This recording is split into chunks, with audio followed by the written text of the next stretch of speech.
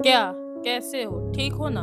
क्या आपने कभी ये सोचा है कि अगर आप रात के 2 बजे कहीं से आ रहे हो और आपका रास्ता आपका कोई अपना ही रोक कर आपको कहीं और भेज दे, तो क्या वो सच में आपका अपना ही होता है या फिर कोई ऐसी चीज़ होती है जो कि आपको ऐसी जगह भेजना चाहती है जहाँ से कोई वापस नहीं आता?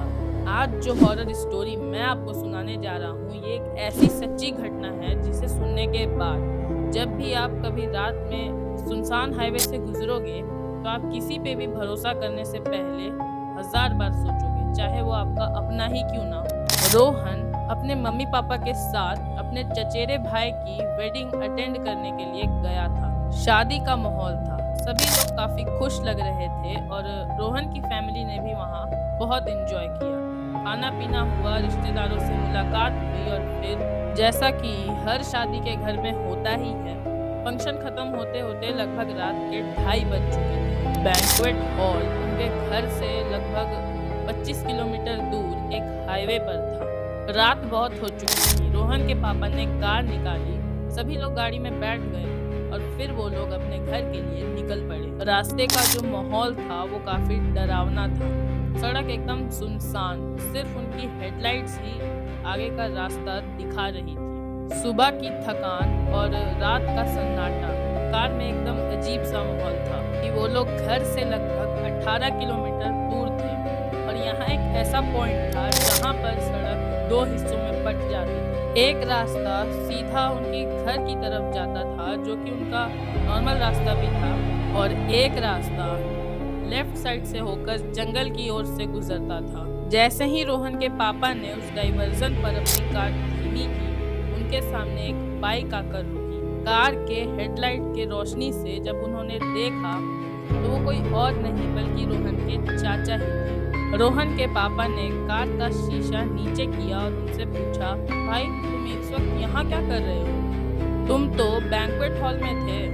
उसके चाचा ने थोड़ा जल्दी और घबराए हुए अंदाज में कहा, आप लोग प्लीज सीधे वाले रास्ते से मत जाओ। उन्होंने कहा, मेरे एक दोस्त का भी कॉल आया था, उसने कहा कि इस रोड पर बहुत बड़ा एक्सीडेंट हुआ है, तो रोड पूरा ब्लॉक है, इसलिए आप लोग ये लेफ्ट वाला रास्ता लो। रोहन के पापा ने एक नज़र उस लेफ्ट वाले रास्ते पर घुमाई। दोनों तरफ घना जंगल था, ना कोई स्ट्रीट लाइट, ना कोई और दूसरी गाड़ी।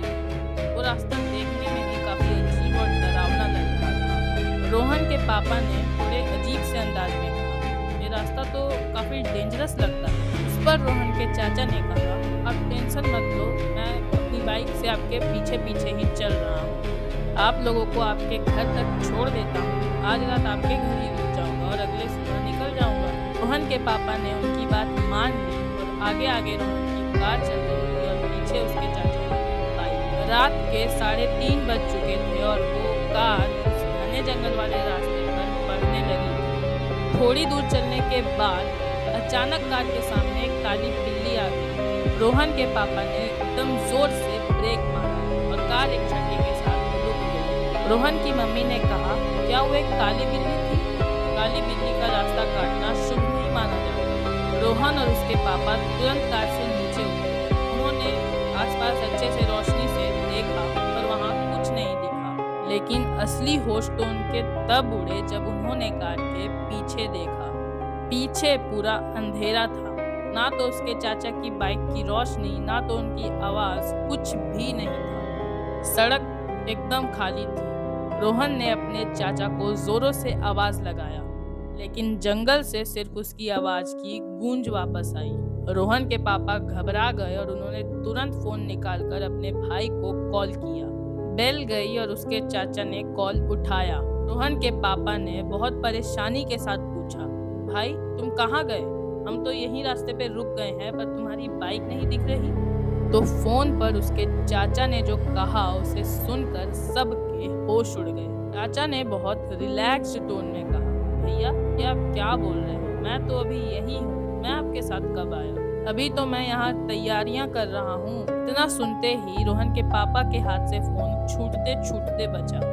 उनके पैरों तले जमीन खिसक गई। अगर उसके चाचा वहीं बैंक्वेट हॉल में है तो वो कौन था जिसने उन्हें रास्ते में यहाँ लाके छोड़ दिया? वो कौन था जो बाइक से उनके पीछे पीछे चल रहा था? अभी वो लोग इस बारे में सोच ही रहे थे कि घने जंगल से किसी अजीब सी चीज की आवाजें आने लगी। पहले तो दूर कहीं से कुत्तों के रोने की आवाज आ रही थी, ऐसी आवाज जो दिल में डर बैठा दे। और अचानक उन कुत्तों का रोना एकदम से ही बंद हो गया। ऐसा लग रहा था जैसे किसी चीज ने उन कुत्तों को एकदम से खामोश कर दिया हो। और अचानक जंगल की झाड़ियों में तेज हलचल हुई। रोहन और उसके पापा जल्दी से कार की तरफ भागे, लेकिन इससे पहले कि वो दरवाजा खोल पाते, जंगल की झाड़ियों से एक ऐसी आकृति निकली जिसे देख के किसी का भी दिल दहक जाए। वो एक ऐसी अजीब सी चीज थी जो इंसान तो बिल्कुल नहीं लग रही थी। उसके कपड़े फटे चिटे और लटके हुए थे। उस चीज के दांत और नाखून एकदम नुकीले थे और उसकी आंखें एकदम अमावस की रात जैसी काली और अजीब थी। उस चीज ने एक सेकंड भी नहीं लगाया, वो सीधा आगे बढ़ी और रोहन के पापा पे झपट पड़ी। रोहन के पापा चिल्लाते हुए जमीन पर गिर पड़े। वो चीज उनपे अजीब तरीके से लटक गई थी और अपने नुकीले नाखूनों से उन्हें नुकसान पहुंचा रही थी। रोहन की मम्मी कार के अंदर से चिल्ला रही थी और रोहन के पापा दर्द से तड़प रहे थे। रोहन ने उस चीज को पीछे खींचने की कोशिश की, लेकिन वो उसे हिला भी नहीं पाया।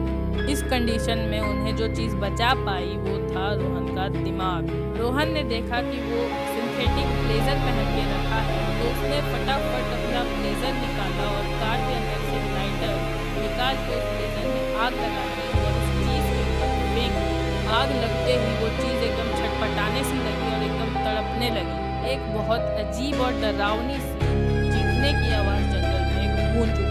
वो चीज उतनी ही तेजी से वापस जंगल के अंधेरे में गायब भी हो गई जितनी तेजी से वो आई थी। उस चीज के जाने के बाद रोहन ने बिना वक्त गवाए फटाफट अपने चाचा को फोन किया और सारी बात बताई। उसके चाचा के साथ कुछ लोग वहां पहुंचे और उसके पापा को तुरंत पास के हॉस्पिटल लेकर गए। वहां उनका इलाज हुआ। उन्हें बहुत चोटें भी आई, लेकिन किस्मती से उनकी जान बच गई।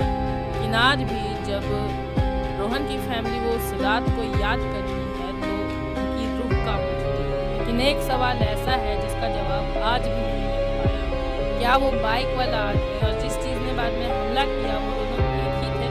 अगर आपके साथ कभी ऐसा हो कि रात के वक्त आपको कोई जाना पहचाना चेहरा रास्ता बदलने को बोले, तो क्या आप उस पर भरोसा करोगे?